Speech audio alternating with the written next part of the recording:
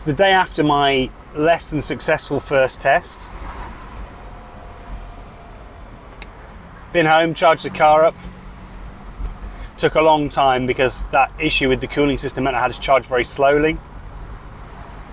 But we're back on the road, heading back to the garage. Plan for today is to have a look at that cooling system, see if it needs fixing, and if we can work out a way to fix it. But right now, to do a bit more testing. And there's one big change. If I stop, not changing gear, I can now pull away in second, which I never could with the old motor. It's not that fast, but I can. So tomorrow, with a bit of luck, Jamie's coming over and we can do a bit of tuning.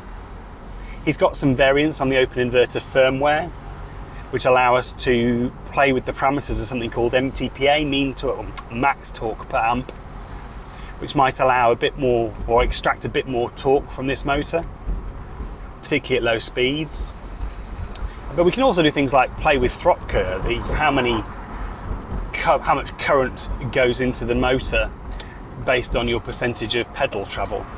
We've got this set pretty low at the moment because we used to have issues with the inverter tripping out. Maybe with a bigger motor we can crank that up a little bit.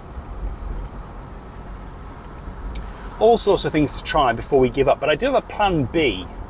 I won't reveal it just yet, but I do have a plan B for this car if we do need to extract more power, and certainly if we can't get more out of the Prius inverter, then maybe we'll change to a different one.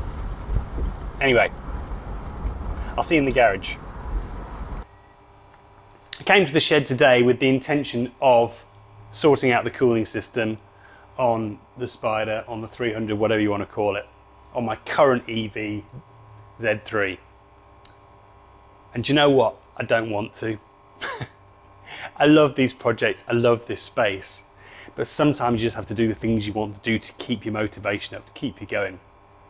So what I'm actually going to do today is have a tidy up, because this place has become an absolute state to the point where it's hard to navigate, it's hard to work in, and it's frustrating the hell out of me. So before I do anything else, I'm actually going to spend today sorting out the workshop. I've got a load of shelves to go up, I've got boxes need sorting out. I really want to get these 3 spaces back as workbenches. I want to get my welding bench back together. I want to get the bits I'm selling sorted out, the bits I'm keeping sorted out.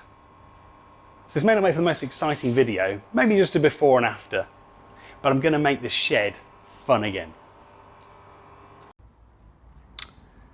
3 hours work, and it may not be tidy, but I have workbenches again. I've used some of the space up there to shift some parts up. I could fit a lot more up there actually if I put some more boards up. Shifted the engine down so it's not so much in the way anymore. Got more workspace here now. Want a stool so I can sit at these places. Still got some more shelves to go up. Still need more storage really, even if I do pare down the ridiculous amount of stuff that I've got. But it'll do for now. It's usable again. And I can start to do some fun stuff. So what do I mean by fun stuff? Well, drivetrain for the GT.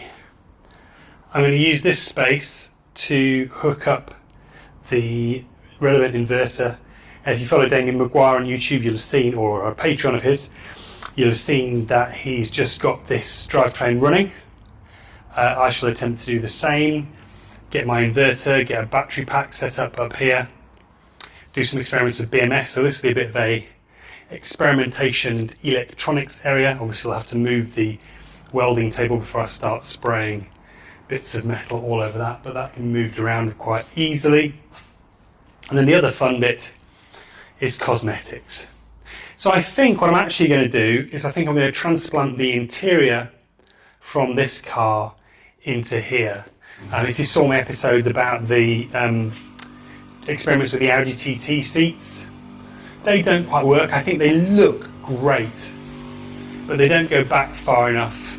They can't go back far enough because they're too deep, and they're canted over to one side a lot. So I think I'll probably have to solder those on, along with the rest of the Audi interior, albeit I might keep the nice Bose speakers out of them and swap out the speakers in here for that. But I really like increasingly like these seats. They're an easy swap. They're a straight swap. They don't have heating in, and I would like to add heating mats to them. But even there, the seatbelt retainers in them are unbroken, which is pretty much a miracle on a Z3. So it needs some restoration, but I think I'll transplant the interior from that car into this car. Probably keep black carpets. I'm not entirely convinced about having beige carpets in this car, and I'll probably keep a black centre console as well. We'll have to see how that looks. Don't know. Maybe just seats, maybe full interior, maybe just seats and door cards. We shall see. But then there's the big stuff. I've got to get the headlights into here. Got to get the headlight buckets in, the headlights. Got to work out front mounting. Got to get it prepped for paint, but first of all the lights and everything else. And back, I really want to spend some time getting the back sorted, working out how the number plate's going to go, and getting the lights in there as well. And now I've got a bit more space to do all that, and I'll probably use this bench over here for fabricating some of that stuff and getting that sorted. So, not the most exciting episode, not the episode I was planning if I'm honest, but just a bit flat really after disappointment of the performance of this car and having to fix the coolant loop. I've left the coolant loop as it is. I got through charging okay with the temperature topping out at a sensible level, even though I was charging at a lower rate. It got me here okay with absolutely no issues. So I think I'm just going to not touch it for a little bit until I've got to rip it all out anyway for the next experiment. All that contingent though on what happens when Jamie comes over tomorrow and whether we can squeeze some more power out of this motor tomorrow with a few tweaks from him with his laptop in the passenger seat as we drive around. We shall see. Catch you the next time. Thanks for watching. Unexpected end to this video. I'm in a car park about halfway home and I've broken down.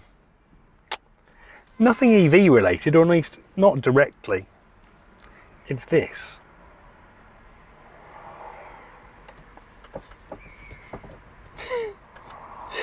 The gear selector mechanism has either sheared or become disconnected. I think actually the latter. It's been a bit stiff since I put the new motor in. I had been planning to get in there and sort it out, but I could still get into gear okay. Clearly it was a bit too stiff for the mechanism, and as I went to put it into first gear on the way home, something popped off and I couldn't get into any gear. As you can see, I've pulled it apart, I've tried, but there's no way I can get under there without jack stands or ramps or something to fix it properly, or even do a temporary job.